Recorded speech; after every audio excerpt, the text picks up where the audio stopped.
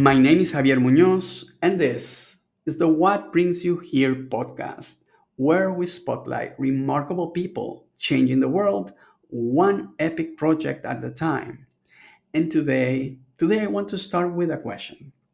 Have you ever poured your heart and soul into a project only to get stuck in an endless cycle of customer feedback with change after change after change after change?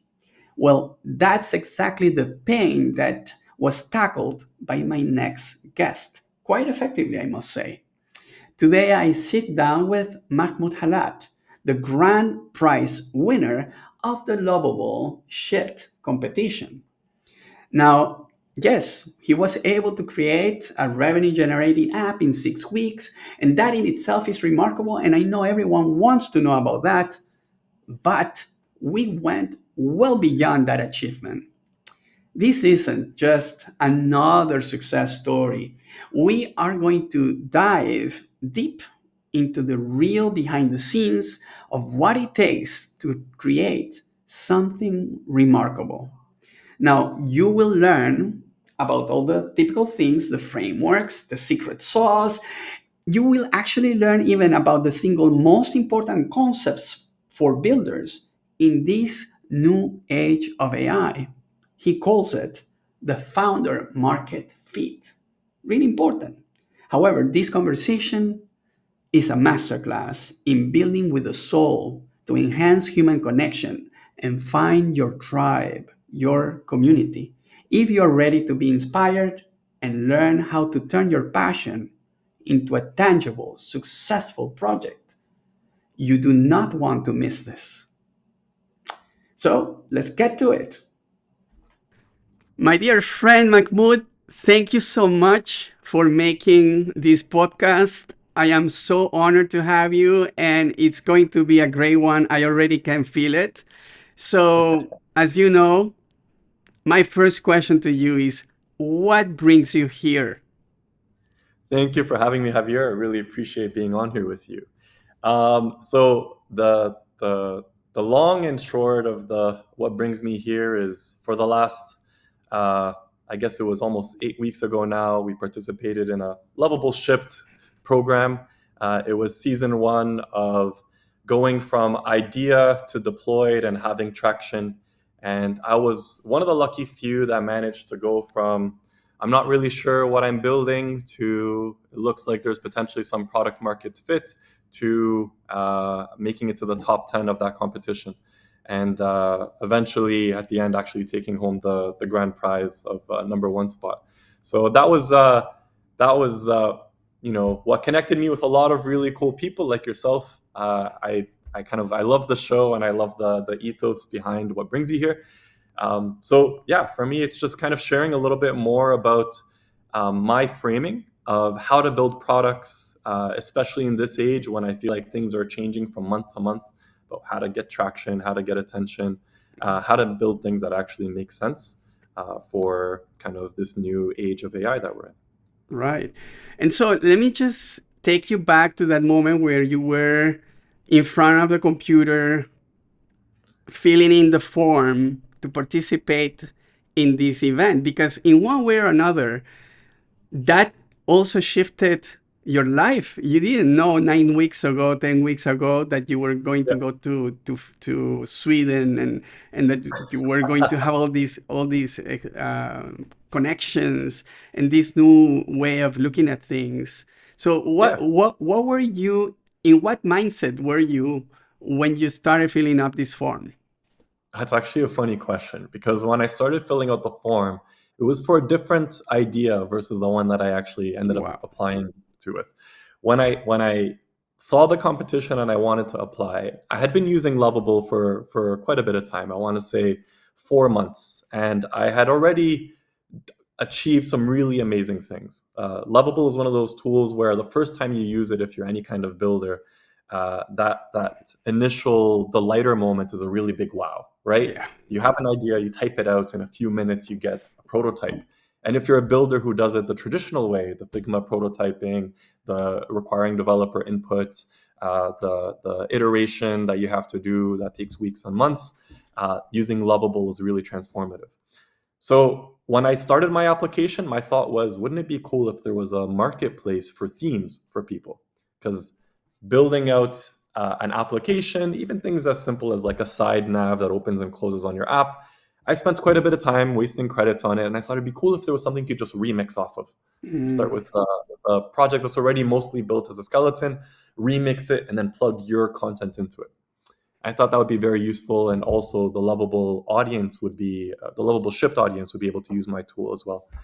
But then I actually just had a personal experience of one of my side projects, building out custom websites and applications for people. My customer just wouldn't close the deal. They kept coming back to me with, "Hey, we're still waiting for you to change this and this and this." And there's infinite changes at the tail end of a project. No matter how experienced you are, if the client is a little bit of a friend or something like that, you have a hard time kind of closing. So I said, if this is a problem I have, I wonder how many people in the Lovable Ship program are going to experience the same thing. I wanted to build something that I felt the audience that we're applying would be able to appreciate or connect to or leverage. So that's kind of what started off my application, thinking everybody that's applying is going to be building a website or an application. They're going to need some kind of structured way to capture feedback and make sure that they can talk to their audience. So uh, Mm. literally mid typing, I deleted everything and changed the pitch into that. You know And what? It actually, I felt the pain. So I can attest to that. I also been in situations where you feel that the client has already asked enough iterations, right? And you're already burning your margin, yeah, and that it's naturally your inclination is to make the customer as happy as possible, but correct. there is a pause, a moment where things are not reasonable, Yep, and I find that your application in that sense responds to that pain very eloquently, and also structures the conversation in a way that provides a sense of progress to the customer. And it's really fantastic.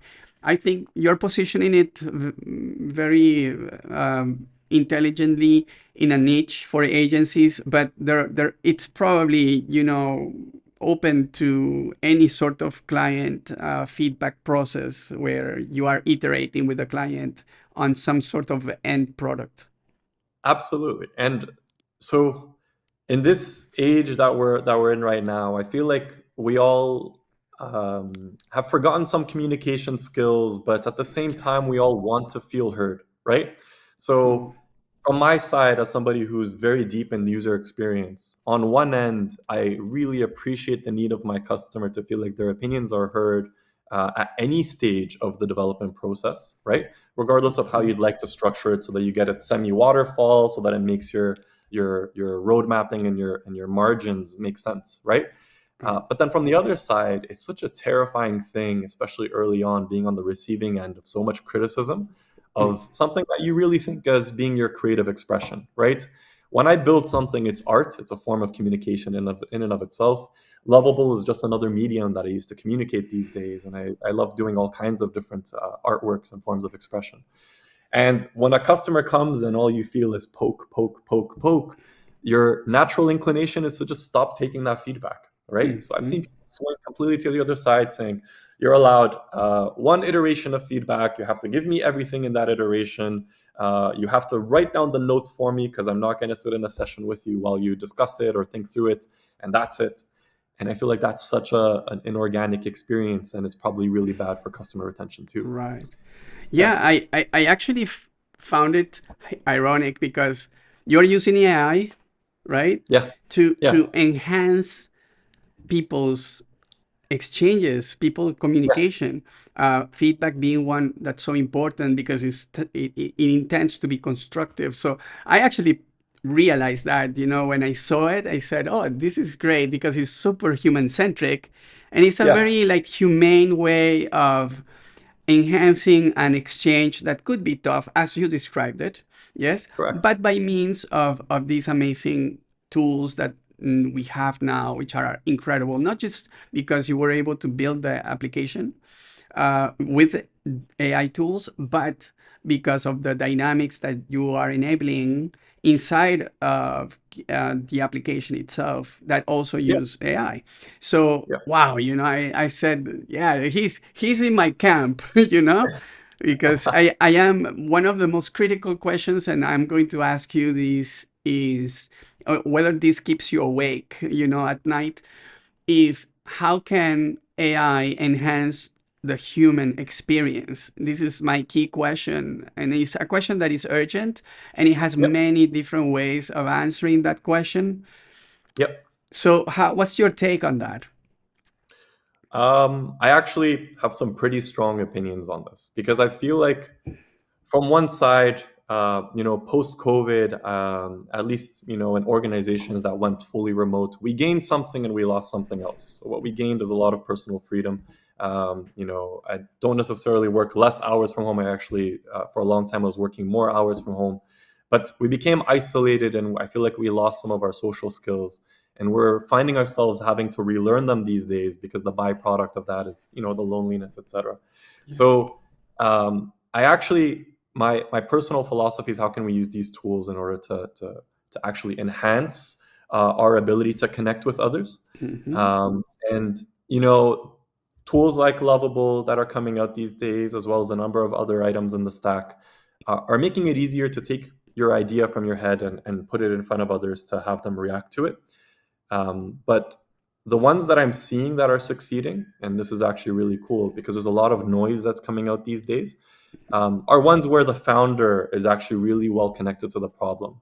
Mm. So it's actually, I feel like these applications, like GiveFeedback and a number of the other ones that I saw in the top 10 that were really, really, really cool.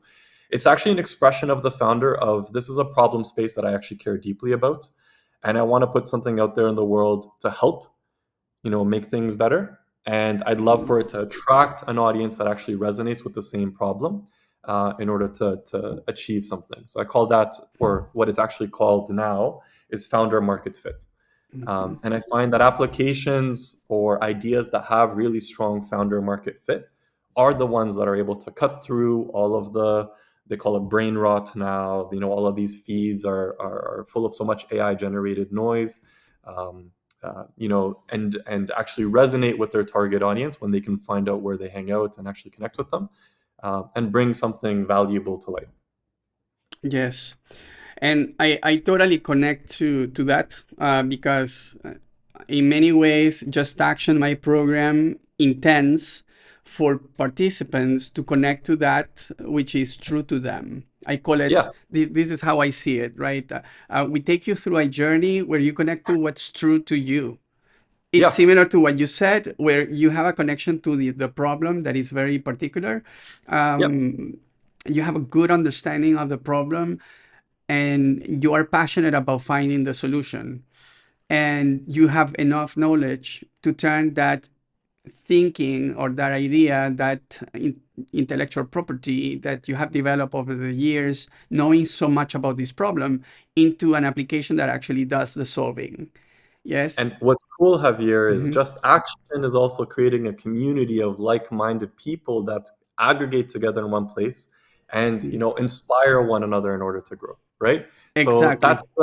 that's the inversion of the we're separating from each other. We're becoming lonely Yeah. by building something you actually care about and finding other people that care about the same problem. You actually start building community, and Right. regaining those skills of connecting with others in a world that I feel is gradually becoming more isolationist. Exactly. And if you think about it, this connection with what is true to you normally Yeah, is very introspective. It correct. is, if you go in that path, not everyone does, but if you go in that path, you reflect about it. And that process normally is very lonely, especially when you have to take action and you have to Yeah, make changes, or, make a decision about something you want to change in your life. And what we want is to create this community so that that journey is not a lonely journey, so that you yeah, can also share it with others, even if you're not, as a team, having the feeling that you meet on a regular basis with people that are embarked in this pursuit, which is really an elevating pursuit, is really fantastic, right? And so that's why I'm dedicating myself to creating the spaces, the communities, the exchanges, the tools, so that people can have that. Because my take, and I bet that you share some of these already, is that that's the next frontier. As humans, we will Yeah. need to connect to that which is true to us in order to really generate the value, and in order to differentiate ourselves from the many billions of agents, AI agents, that will be able to do the work that has less meaning. Yeah. Yeah. So that currently is being done by humans still, but once there is a displacement, the way I think of displacement is that the displacement should not be sideways, as if taking you out of the equation, but it should be a displacement upwards, a vertical Totally. displacement, where the Yeah. vertical means that you go towards something that has a higher purpose, that has higher meaning, and that has higher truth for you. Yeah. But Yeah. you're going to have to ask those questions.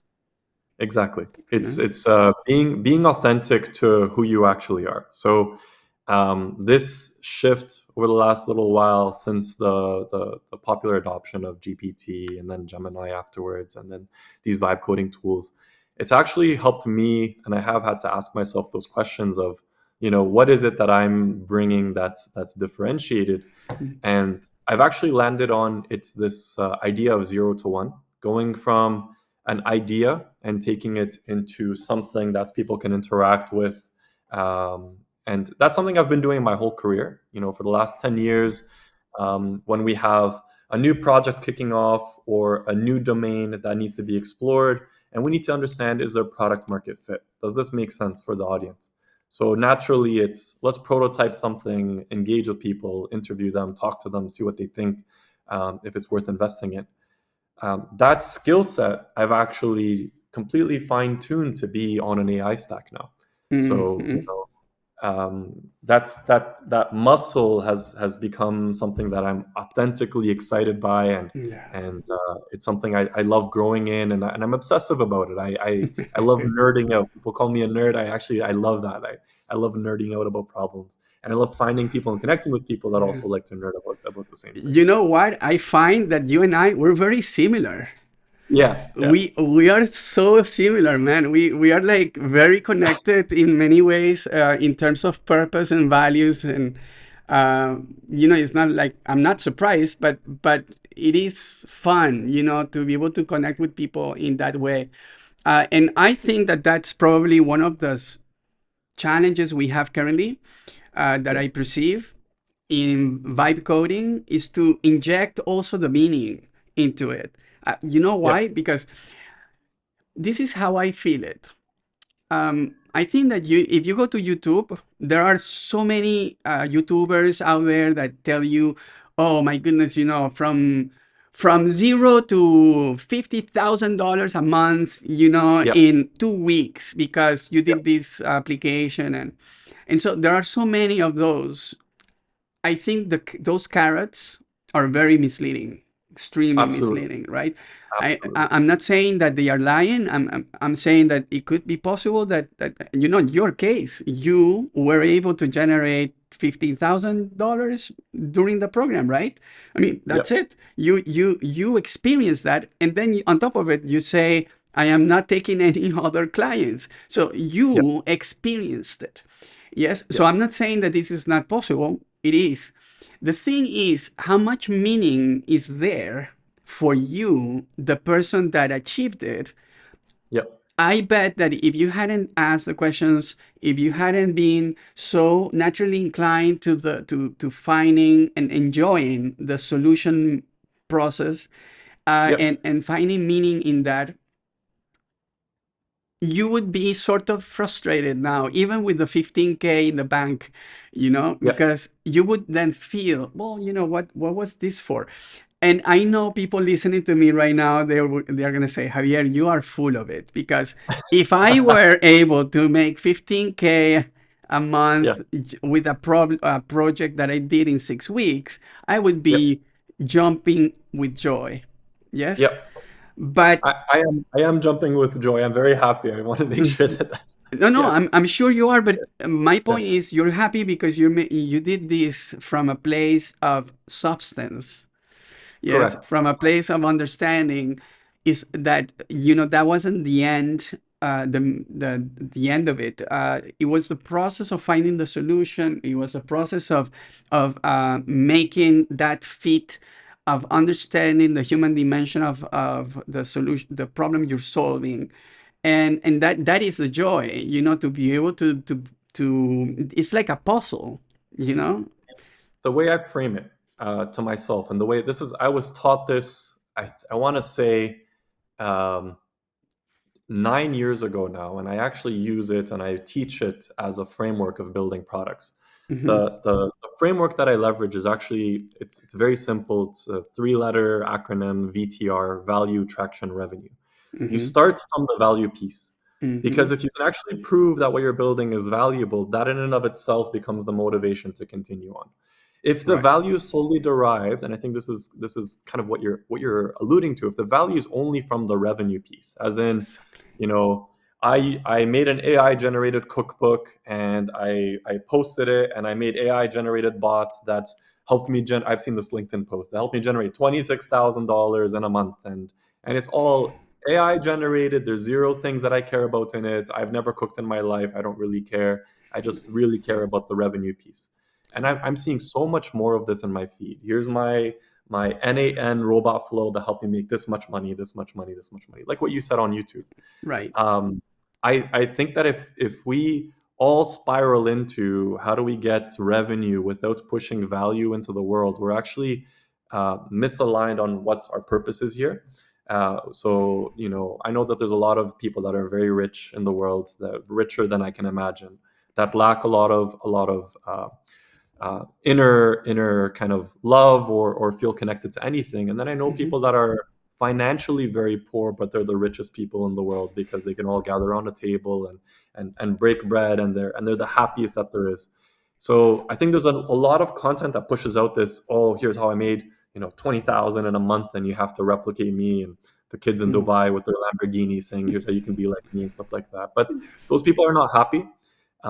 The people that are attached to a mission and vision statement, that feel authentic in what they do, and that actually believe in their hearts that they're bringing value into the world, I think are much happier and much more well off. If not financially, then just by the people that they attract around them, like the community you're trying to build, right? Right. That's a form of richness that I think we can't forget about, especially these days. With all that's happening in the world, I think it's important that we remember what it is to be to connect with humanity in a way that really matters. Isabella told me that I was going to enjoy this conversation with you.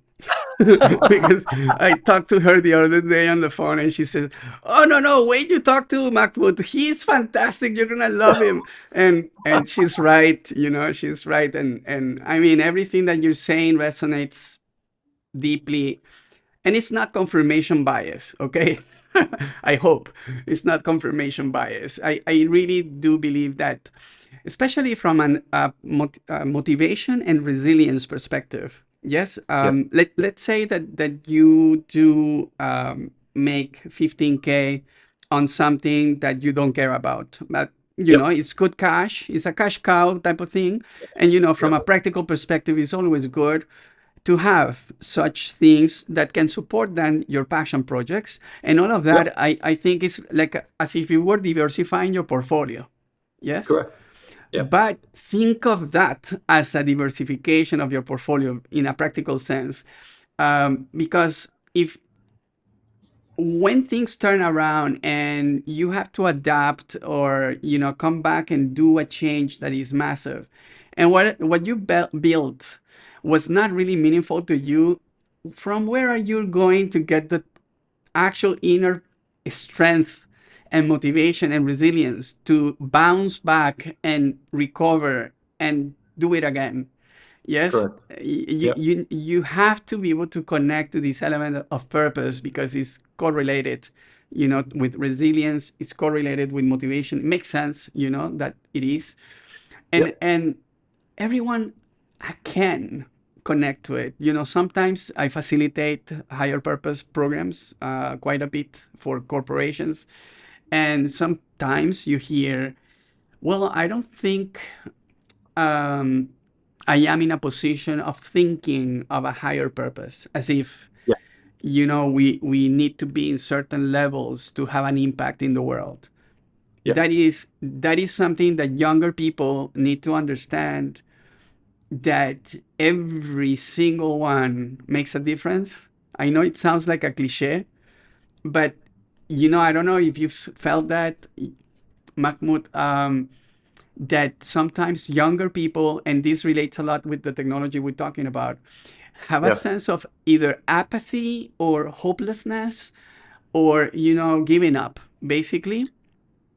I actually I have seen it a lot, and I think that it's a byproduct of the types of products that have been, put out and that they grew up with. I did not grow up with Instagram and Facebook and social media and doom scrolling. That didn't become a thing until my adulthood. I grew up playing in the sand in a farm, being chased by chickens and cows. That was my childhood, and I loved it. Mhm. It was so phenomenal. But I appreciate that I am privileged to be in a position where I can even think through my problems in this way and have the perspective that I have. And it's actually for that reason, Javier, that I actually make sure that I give back to community, the community that I'm very close to. I'm a religious person. I try very hard to give back to the younger people in that community, to share with them my perspective. And I Mhm. think that that's something that's important, that's actually lost, is when we see people that achieve any form of success, and all of this is relative, right? Like it's peanuts to people that are very successful, and it's a world of difference to people that are struggling right now. Mhm. Um, they're pretending to give back for the sake of giving back, when you're actually a part of another funnel for them, as in the YouTube video or that LinkedIn post is really so you can get their educational content, which will help line their pockets more, versus they're a part of a community and they're authentically there in order to help somebody else to change their attitude and perspective. The apathy that you mentioned, Right. which I think is really it's an endemic. It is very much real, and Mhm. the only way to untrain that, to unlearn that, is to see an alternative path. And Right. for them to see an alternative path, they need exposure. And for exposure, we need things like this, right? So what you're doing Yes. today and what your program is, I think, is phenomenal and really important. So that Mhm. people see that, okay, there are people that preach what I have the feeling, what my heart is telling me is right, and they found ways to do well for themselves and not lose touch with that soul.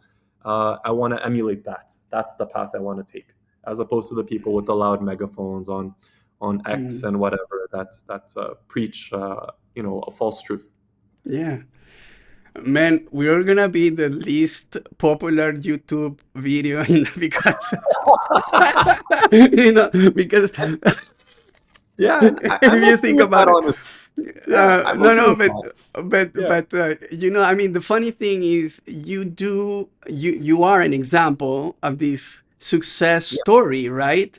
It is an actual example of someone that was able to build something that generated uh, money in 6 weeks. You yeah, started from scratch. You were able to validate the idea, and you created it. And so that is all the attractive carrot, right? yeah, yeah. But what If you frame it, if we focus on that, that's what apparently is the way to go.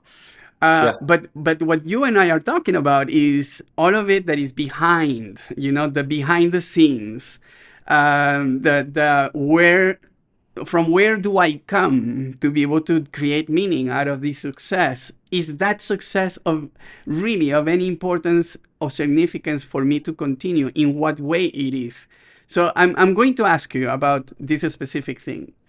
yeah, What is that you felt, because it was like when I saw the event, the shipped yeah. event, I was like ready to jump up and down and I celebrate or know, something. I know. It's like, so Yeah, and then imagine, he's the winner. That's it, yeah, when you see my guys. face pop up, I'm ready to do something, but the Ex- meeting ends. I'm like, oh, who won? I was actually confused for a little bit, saying who actually won. I wasn't really sure. exactly, That was and a fun so moment. I mean that was like, okay, but then my question to you is, how did you feel at that moment, and then the days after? You know? Yeah, for sure. I wanna touch on something though, because you mentioned, because just to wrap up our the last part of our conversation, where you said, people they post things like, here's how we made 15,000, 20,000 Hmm. in 6 weeks or whatever. Right. It's a misnomer, and it's actually a falsehood. So while Yeah. I clicked I typed into the Lovable prompt, the day one of the 6 week program, and I started that project on day one. I did not start from zero. Nobody No. really starts from zero, and I think it's important to show the chaos and the backstory of making it to that event, to that outcome, Yes. right? Yeah. Yes. So I have been building for a decade now, from idea to deployed across a number of budgets. It's actually become an art form for me, and it's a skill that I've honed. I've Mm. actually participated before the Lovable Pitch presentation in over 800 sales calls, which is a huge number of sales calls, because I work for a health tech company, one that I'm deeply passionate about, called Verto Health. We Right. build population health products that I really care about, and it's granted me a lot of opportunities to learn and hone that skill set. Yeah. So for me to say that I started from at the start of the 6 weeks and I made it all the way to the number one position just off of what I built there is very false. In fact, a clarification, even for my $15,000 that I earned, a number of those were outstanding projects where I just couldn't close them. The clients were, I don't know if you saw the videos or anything like that, but the clients were coming back saying, "I want one more change. I want one more change." I had Mm. given up on a lot of them, saying, "There's actually zero chance it's going to close. I'm just going to have this hovering over me." And some of them are a year old, believe it or not, where it was a Right. small contract to build out something. A year later, they still wouldn't close the deal because they were expecting some minor changes. There's always a delay. There was no clear guidelines and stuff. So that's how Hmm. real the problem was for me. Right. That's me demystifying some of the how did I achieve that. So I just want to No, no, level and set. you Yeah, are basically providing a very good explanation for the name of this podcast. yeah, Yes, because it is the beauty of these conversations is about what brought you here. That's the value. yeah, That's where you can actually know what is that is the fire that's keeping you going, doing the small actions that you have yeah, to do on a compounded way, so that at yeah, some point you have some success.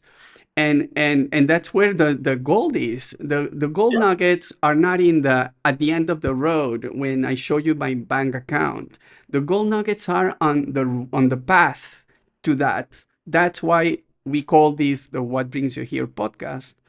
yeah, And this is fantastic what you were telling me. Yeah. yeah, yeah. So with that said, kind of the post event, I honestly I couldn't believe it, because I was the first one to present. They went in the order of the rankings, so I still Hmm. held first place at the time, so I was the first to present. And I was so caffeine high, ready to go because I was nervous. I did my presentation. I crashed after, and I had the great privilege of being able to watch live all the other pitches after mine. Right. After one after the other, I kept thinking, "Oh my God, that person is going to win for sure. That person is going to win Mm. for sure. There's zero chance." But I want to just make sure, um, going into Lovable Shipped, I thought it would be so cool to make it to the top 50. Period. That was actually my sole objective. Hmm. So week after week, I was top seven. At some point, I made it to top three. By the end is when I ranked first, and I was blown away by the chance that could happen. I was already on cloud nine, so anything that happened beyond that would have just been. Um, I'm a religious person, so I'm just very thankful to God that happened.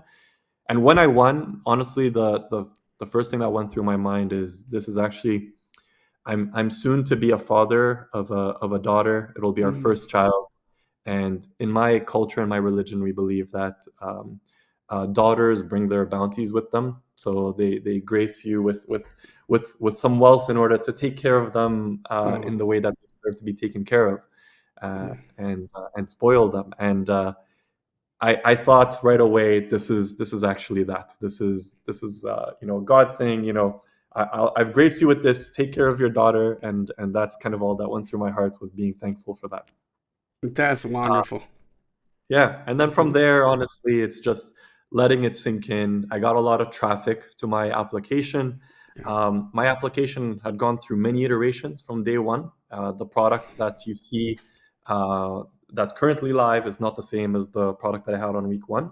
A part of my secret sauce that I think was a little different than others, because again, this is a muscle that I've learned, is I realized that Lovable Shipped, the 6 weeks, is really not a competition to build, it's a competition to get traction.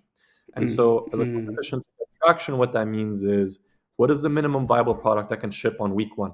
So, I saw when we were doing the rankings and evaluating other projects, some people didn't really ship until week five, right? Meaning they mhm, were doing iterations, but they had never shipped and gotten real feedback from users. mm. Uh, the few that made it far had something to ship on week one, and then they iterate and they iterate and they iterate. My first Right. product was nothing like my last week product. In fact, it wasn't until 2 weeks before the end that I introduced the AI tooling that I thought was really important. And I knew even then it's still not good enough for the value I'm hoping to bring with the product.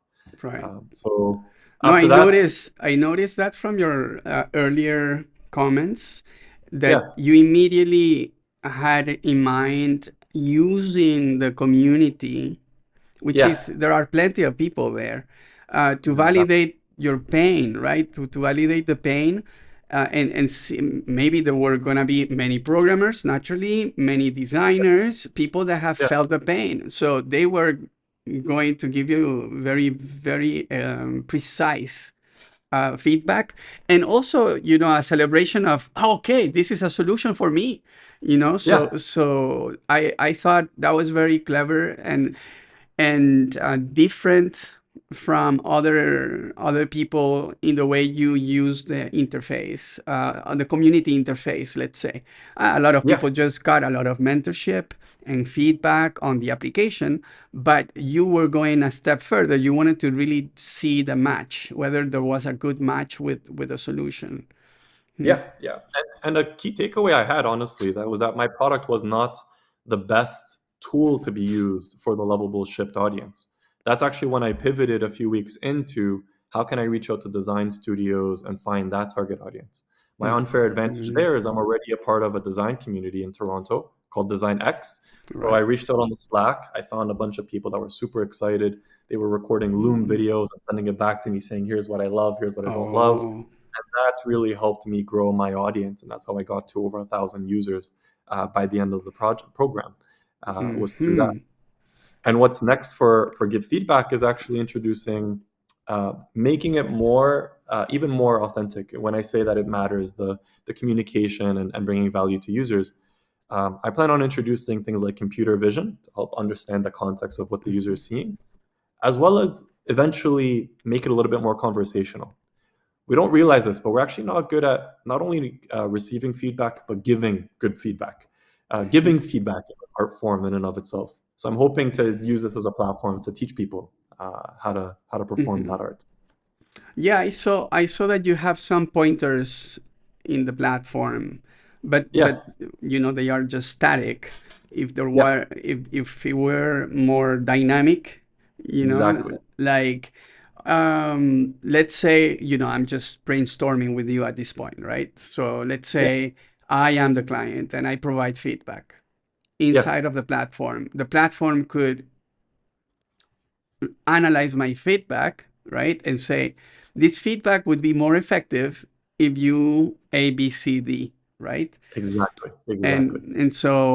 And if that is built into a dialogue, so that there is a little bit of, not just a one shot type Yeah, of summary of how you could improve, but more of a question. Do you think it would help your feedback to add this detail?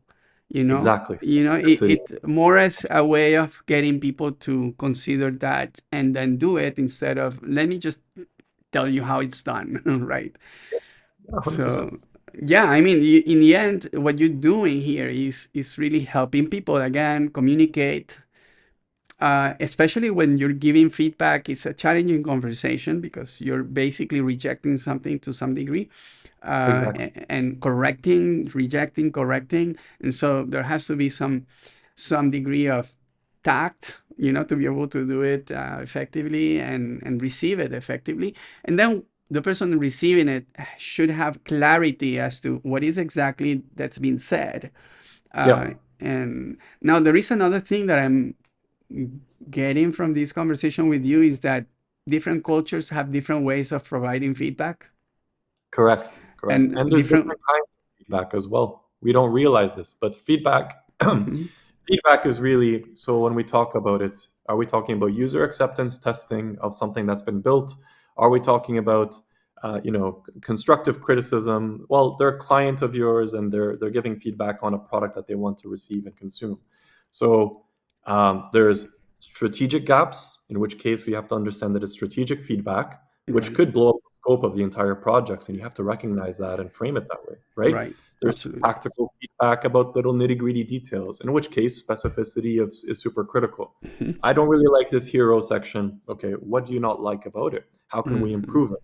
I'm using the Exactly. language that was provided to me from your team. If you'd like us to review that content, how do we take a step back, do content revisions? You have to be able to frame all of these things in such a way that first we get everything out there and we understand the gaps, and Mhm. then afterwards scope control. So scoping is important, and it's a difficult conversation to say, here's what Mhm. we're afforded within this project, here's what you paid for. All of this is valid feedback. However, we do need to end this project in a timely sense, and here's what we can bring into the scope and deploy. Here's what we're going to have to start a new phase with.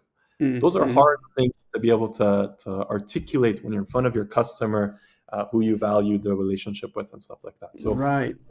the tool helps with those things. Yeah, as you were talking about this, I was thinking that your agent would need to also know what the statement of work says, Exactly. what was signed, to Yeah. be able to keep track of, because you may have different um, number of iterations in according to customers, and so to be able to track that and compare to the amount of iterations that you already did. Yeah. So yeah, those are very interesting things that, my goodness, I had a customer for you, but now you told me that you wanted to stop. So I do have a customer for you. Yeah. That Send them my Yes. way. Warm intros are always welcome. Yeah. Okay, okay. It is an agency, a large one. So I'll I'll give you the info. But yes, it's a very useful platform, very definitely. Yeah. Um, is in closing, because believe it or not, we are about to complete the podcast. Yeah. In closing, Mahmoud, I wanted to ask you, what is something that you would recommend to our community members as they approach or they consider the possibility of using vibe coding for their projects? What would you, and consider that there is no technical background. Yeah. So something we touched about lately, but I wanna present as a framework. So there's two Mhm. things as frameworks that I think are very valuable in this day and age. One of them is the value traction revenue framework that I mentioned earlier. Start from value first, and then work through your traction loops. What's an unfair way that you have in order to collect audience, or find your group of people that also think that this thing is valuable, and then how do you monetize it afterwards, depending on what makes sense for the problem. The other thing is, Sam Altman had tweeted this and it resonated so much with me. We're entering the fast fashion era of SaaS. I think that that's 100% true, especially with all the content that's being pushed out automatically via AI through our feeds. Yep. We used to talk about building products as product market fit. What that means is, does your product solve a solution in the market, find that audience, and then present it to them? And then Hmm. for a little while, people said we should reframe it as market product fit. Rather than being a solution looking for a problem, find a problem, build a solution around it. Mm-hmm. Now, the reframing, and this is very strong now, is around founder market fit. You Mm-hmm. yourself as an individual, is there a problem that you obsess over, that you understand very well, have connections through, or care deeply about, that you feel you can build a product to first satisfy the needs that you have, meaning eat your own dog food, make sure that it's actually valuable, it does help you in your day to day, and then translate that into values proven. Let's work on the traction, let's work on the revenue. Those types of people, the people that go at a story in that way, you can feel the soul behind what they're pitching. You can tell that they care deeply about the problem and that they understand it more than others. And those tend to go very far, especially now, because authenticity and a good narrative, a good story will win 9 times out of 10 compared to the alternative. So I just want that to be a key takeaway. This is something that I bring in my day to day in my job at Virtual Health. So Mm-hmm. we care deeply about population health, helping every patient reach their best personal outcome is our mission and vision. Um, and everything that we do is working with cool people that really like to build cool things that help build that solution and bring it to light.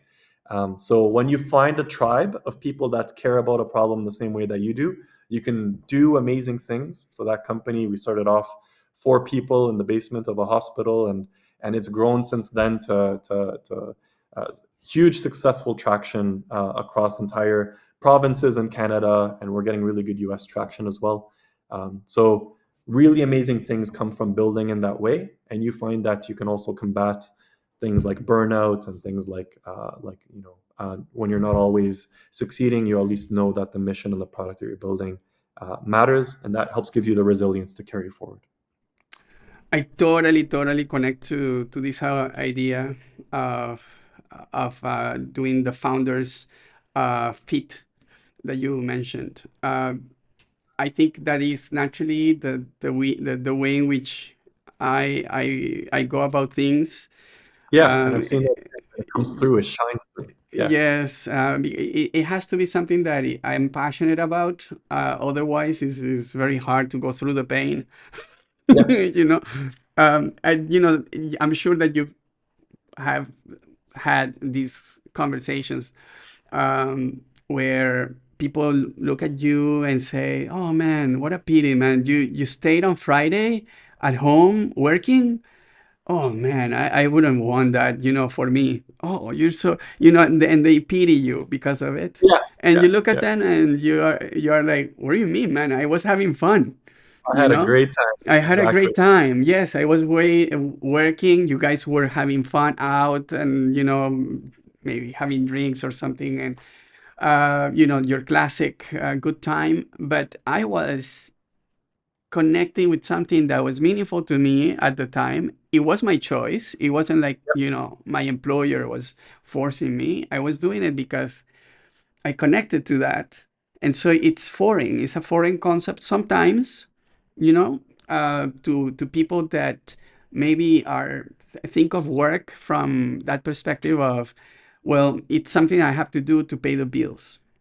Yep. So, And my, that's my, okay. I and that's appreciate that that's people have, so that's long as they absolutely. find a passion, right? Yeah. Absolutely, absolutely. I mean, my take from a vision perspective is that as AI becomes more prevalent and starts displacing some of the high friction work that we do, Yep. we will need to start really vibrating in a higher vibration of meaning so that this this work of finding the solution that you're passionate about, that you know about enough, and then turning that which you know into a solution that can be sold and packaged, because sometimes this which you know it's within you, locked away because you don't have the means or the channels to express it and package it so that other people can consume it.